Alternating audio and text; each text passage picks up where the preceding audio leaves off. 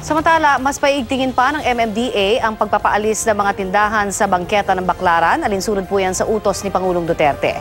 Pero kahit sa Biyernes pa ang clearing operations, kusa nang nagbaklas ng kanilang pwesto ang ilang nagtitinda. Balitang hatid ni Oscar Oida.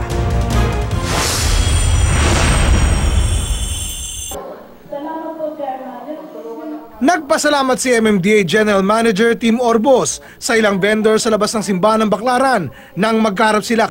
Kahit kasi sa Biyernes pa ang clearing operations ng MMDA sa kanilang pinipwestuhan, malinis na ito.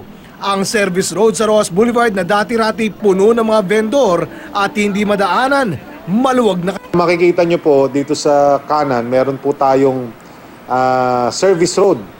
In some areas po, 7 lanes po yan. In some areas, pinakamaliit po is 4 lanes. Na ang umoccupy lang po ay mga 4,000 vehicles daily ang dumadaan. Kasi po may illegal parking doon, meron pong mga terminal, meron pong mga vendors.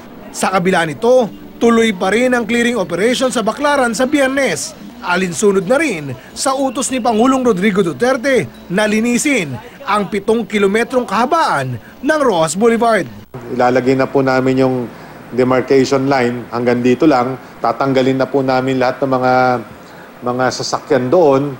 We will make sure that at the very least 3 lanes will be newly opened for the use of the public. Alam naman ng mga nagtitinda na wala silang magagawa kapag pinaalis sila sa lugar. Pero sana raw magawa ng paraan na makapagtinda pa rin sila sa lugar. Siyempre, dito lang maraming mga tao eh. Dito lang dumadaan yung mga tao na namamasyal at saka sumisimba. Ayusin lang ang mga vendors para maayos ang pagdaan ng mga tao. Bakit ano bang kasalanan? Yung ibang mga vendors lumalagpas na rin kasi? Lumalagpas din kasi, sobra-sobra.